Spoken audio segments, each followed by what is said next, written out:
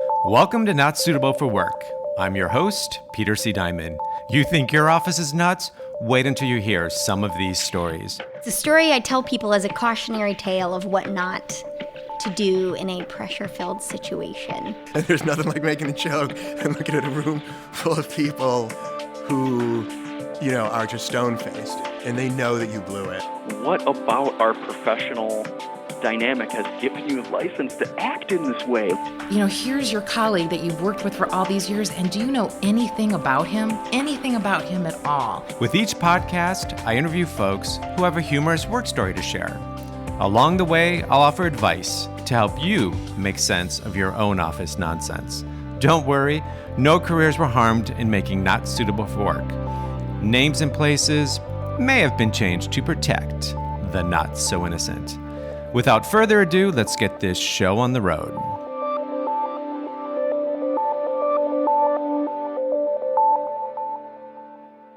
It seems only fitting to finish the first season of Not Suitable for Work with a best of episode.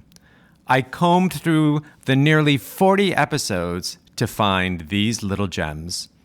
Listening to each episode again had me cracking up.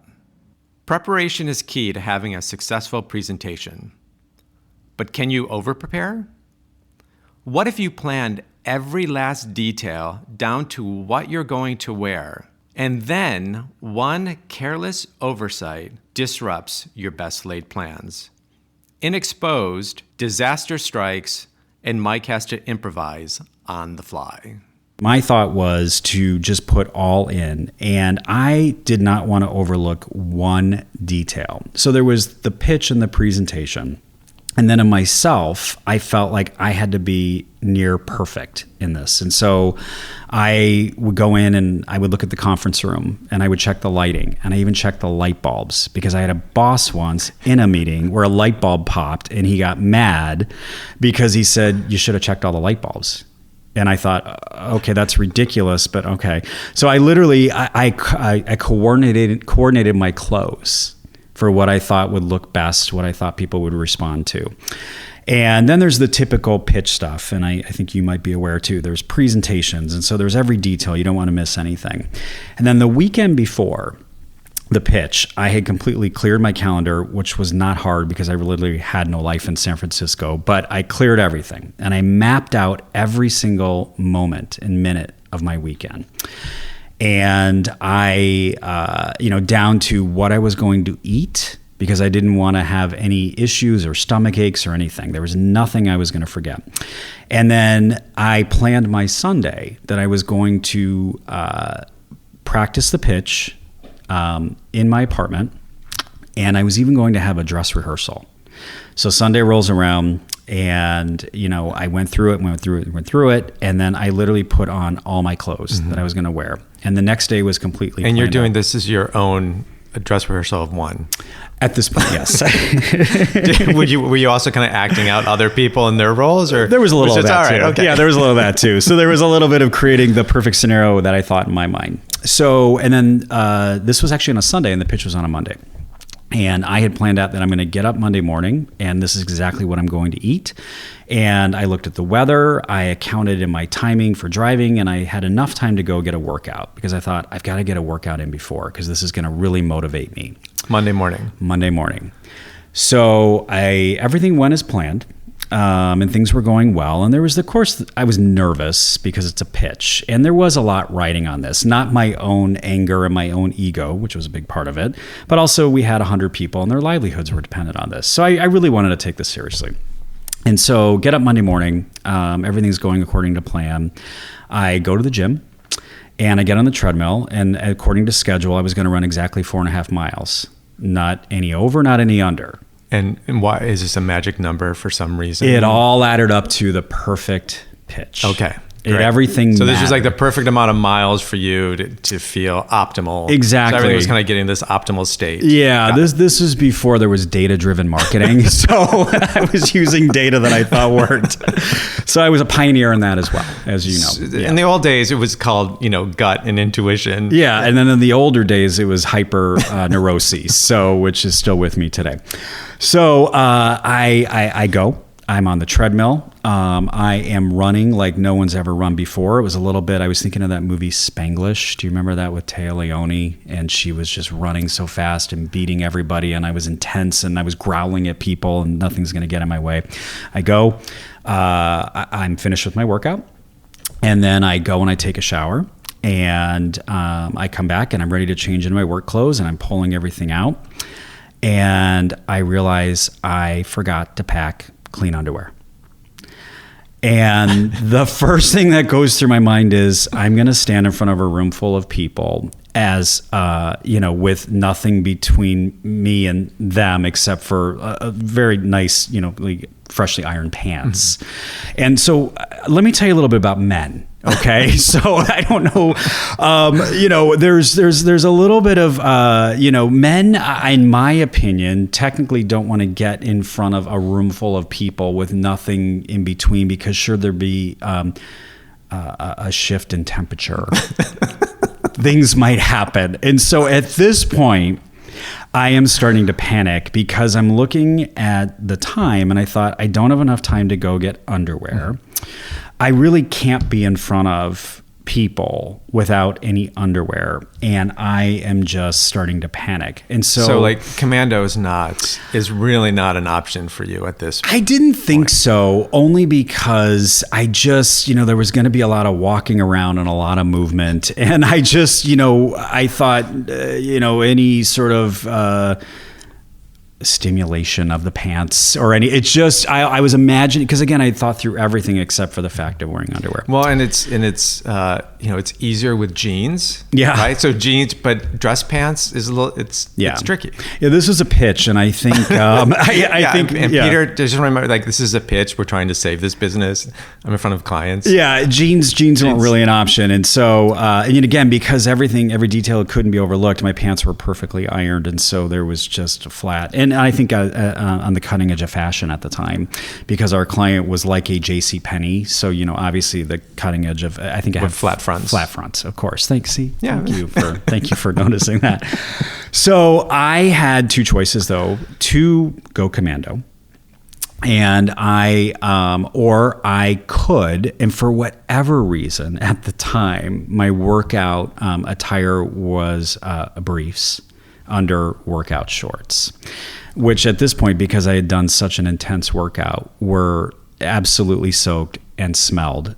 And I decided you gotta have something between you and everybody else. So I quickly tried to air dry the underwear and it wasn't working. And I luckily had a little cologne because I was going to have 2 spritzes, not 3, right. But not less than 2, because then, it could ruin everything. What's the yeast?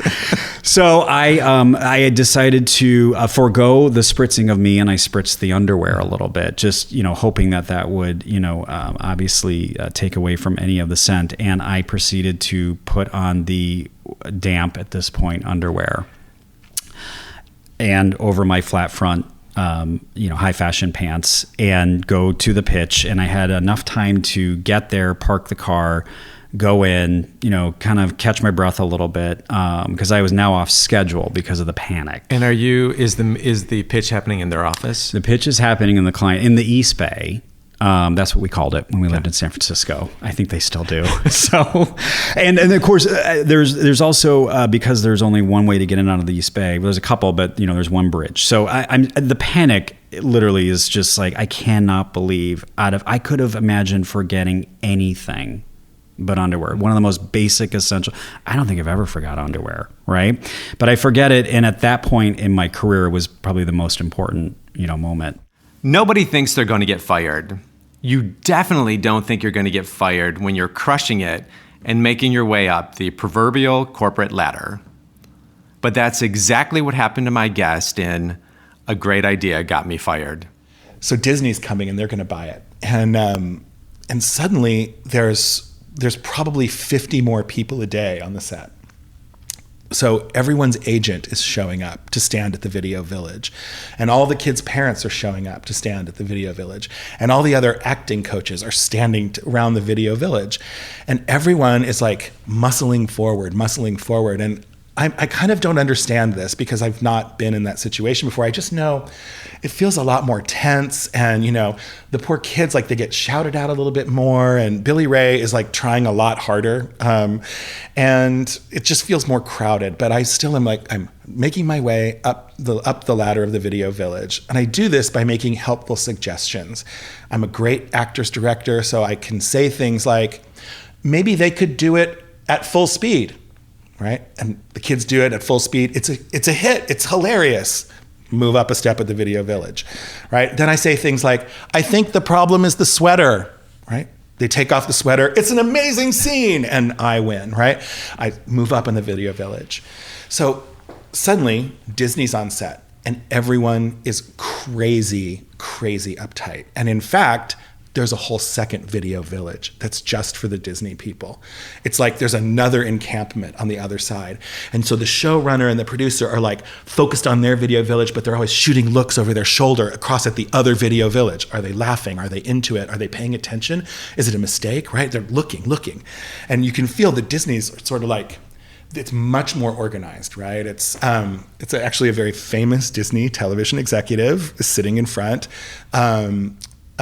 The director of children's programming was sitting in next to him, and then this like 3 straight rows of what you would call development girls, right? D girls who are like following scripts and having ideas, and they're gonna like evaluate it, but it's like really regimented, right?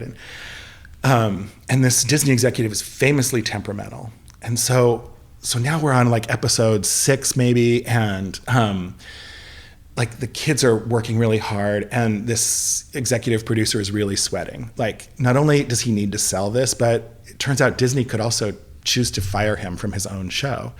And the Disney guy is throwing in like mean notes. Like, he's like, it'll never work. Have her do this. I think it should be in Mississippi. Like crazy, like, And there's like, it can't be in Mississippi. It's my show. Well, it needs to be in Mississippi. Like these crazy arguments. And I'm just watching, tossing in helpful comments and climbing ever further towards the front of the Video Village. So on the day that the decision is going to be made, somehow or other, Miley is dressed in a chicken suit and she's parachuting back down to her high school in Malibu.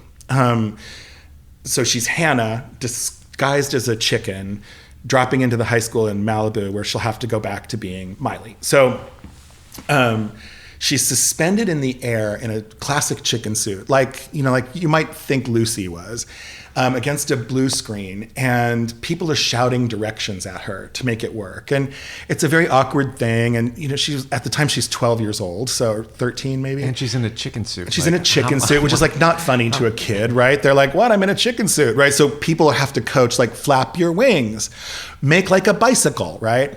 The big hit is swim, I say. So she starts with the breaststroke. Gales of laughter from everybody, right? And I'm emboldened and I push my way forward in the Video Village and I say, sing! And she starts singing, bum, bum, bum, bum, bum, bum, bum, bum, bum, and swinging back and forth. She's swimming, she's singing, she's swinging back and forth. Everybody goes crazy with laughter. And I'm thinking, this is it, right?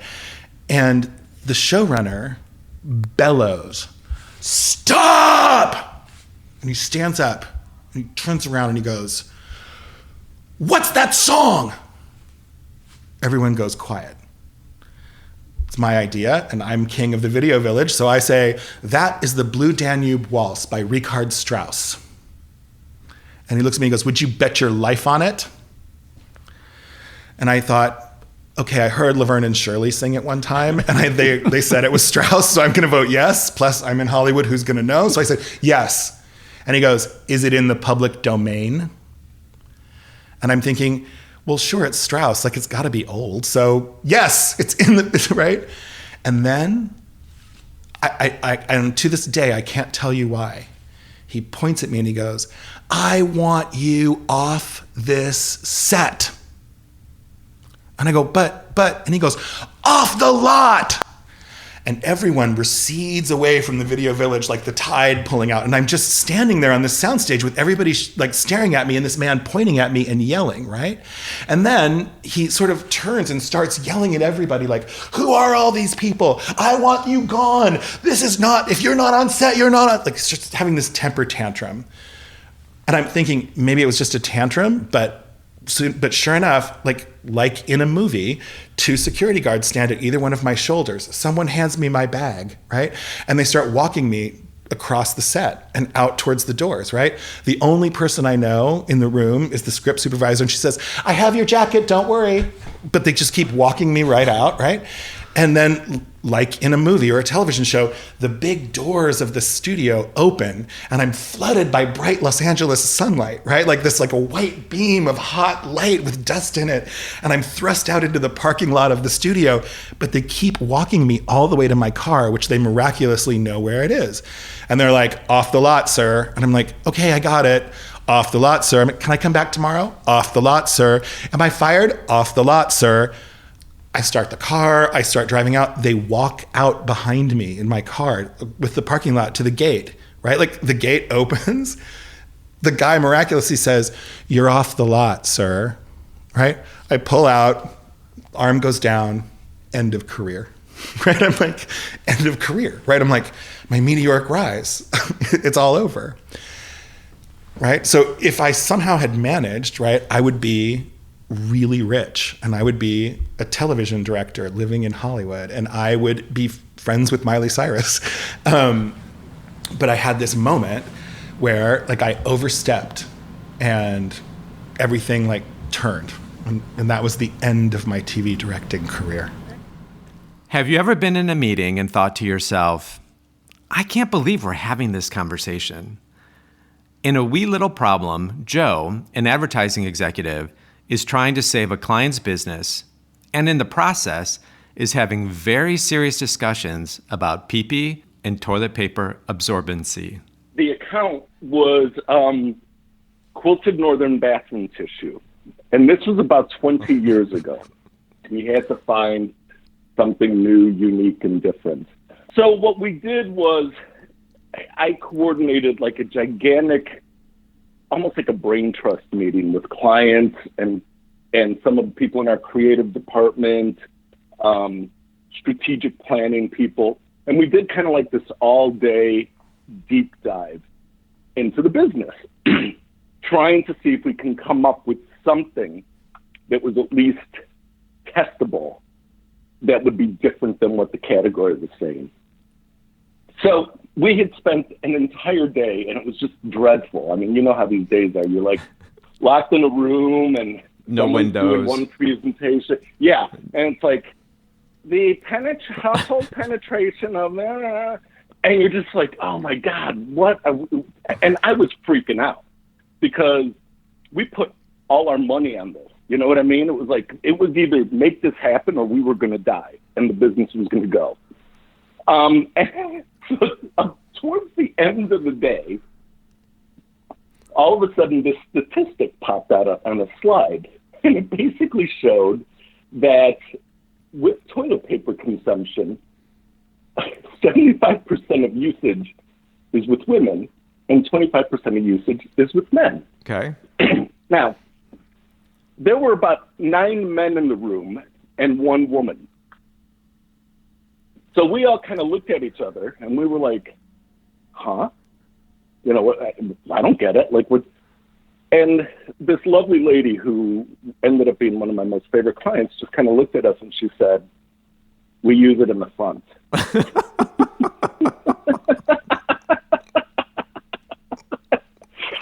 If you could have seen jaws drop at that, I mean, it was we had one of those moments that was at the same time holy crap, this could be something. No pun intended with the holy crap. Exactly. So that was kind of an aha moment. And where we ended up going with that was deciding that we would use a product attribute, which was quilted, and attach it to a consumer want, which was absorbency.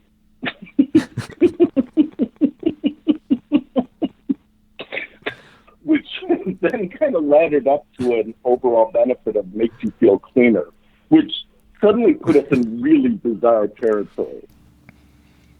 Every once in a while, you come across a client who is intolerable. Maybe they're asserting power. Maybe they're being a jerk just to be a jerk. Sometimes, when confronted with an insufferable client, you have to take matters into your own hands. And that's exactly what my guest did in Be Careful What You Wish For. Let's say that it's now about 5 o'clock.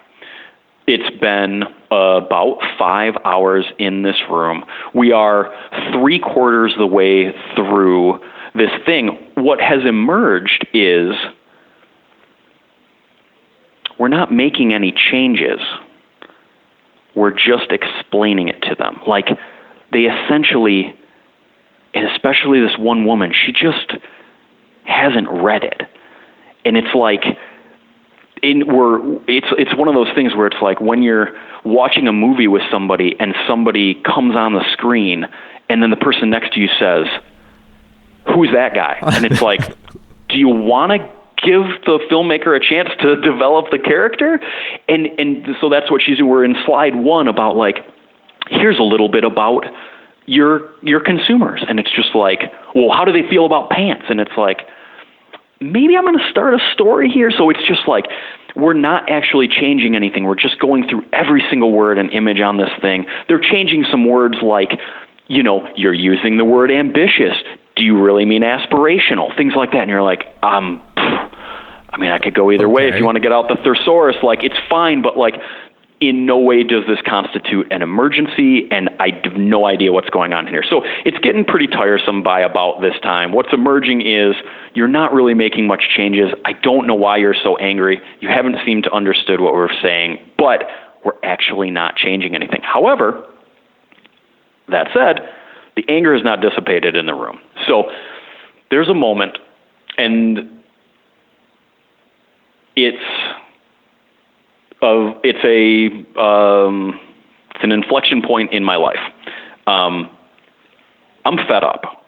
Like I said, this whole day, this whole month, I've been scared. I've been intimidated. I have to work these 14-hour days and stuff because people are saying everything that we've done is garbage. Now I've been sitting here for 5 or 6 hours, and I'm sitting here looking. I'm like, I'm not even changing anything. You people are terrible. You people are mean, and this is bullshit. Like, I'm getting. And, the president of my company, he's long been off the phone. He's like, you guys, I'm shitting my pants here. Like, I can't be on the phone as we go through every single thing. It sounds like things are resolving themselves. I'll be there tomorrow for this big presentation. Now, was he coming in anyway, or was he now making the... Okay. I think he was, but as you asked that, I'm not sure if that was like an emergency, you need to come and be a part of it to fix it or not. But I think he was. All right. So I leave the room. And I think I went to the bathroom or something. And I came back in the room, and I'm just standing there about like 10 feet away from the table. It's like I walk into the room, and I just sort of stop, and I'm looking at the table, and it's really, really quiet in there, which is weird for this whole thing. This has been a lot of talking. Nobody ever stops talking going through. It's just real quiet in this room. And I just stopped, and I was like, what happened in here? Why is it so quiet? What happened? Did Sharon fart? And I just lean into the statement. And it was like, I don't think I said the word, but it was like I said, what happened? Did Sharon fucking fart? Like, it was just the most aggressive, not even aggressive, but like, it was confrontational. It was like I verbally came in and dropped a bomb on the room. I don't know why I said it, but it was the most intense 2.5 second pause in which the woman that I work for, who is mortified. Her jaw drops and she literally vomits a little bit in her mouth. I see her go like that, just a little like that. She's like, oh my God. And this 8-person panel of clients is all just sitting there staring at me. And then Sharon just breaks out laughing. She just gut busts. She just starts cracking up. And as soon as she starts cracking up, this other woman next to her starts cracking up. And what ensues is like a 5 to 10 minute rap session about these women start talking about their like 12 and 14-year-old sons, and like, my son ripped the biggest fart yesterday. And And again, the person I work with is just staring at me. And now I'm sitting at the table and I'm making some fart jokes or whatever. Because you know a lot from beer. And I've got some 22-year-old frat jokes. Guys. You know a lot about farting. Yeah. I got some material here. But now what also has just happened is that the room has become humanized. And the tone changes so that and also there's this enormous power dynamic shift where all of a sudden now I have become like the alpha in this room. And there are these things where they're saying, and this word is wrong, and I'm sitting there and I'm just saying things like, oh, come on.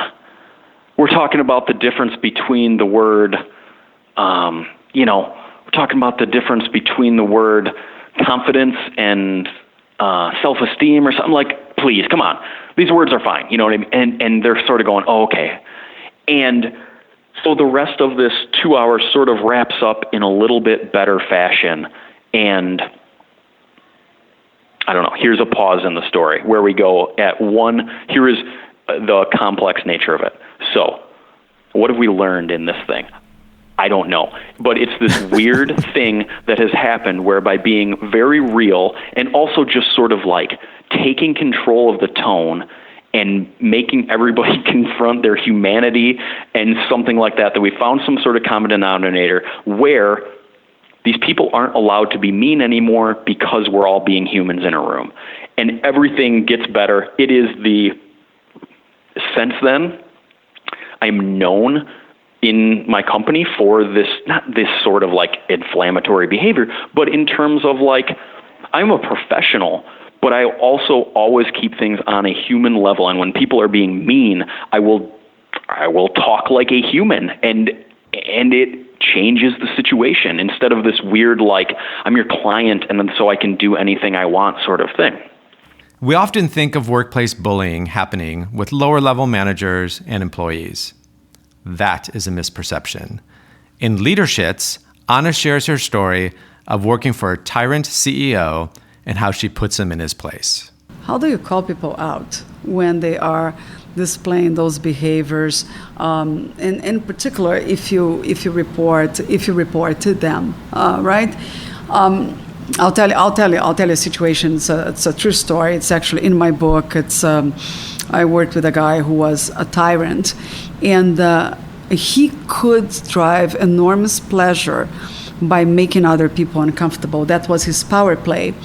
And I've seen CFOs not being able to do really simple math. I have seen his CIO completely not being able to articulate words, and then he would get on top of the person.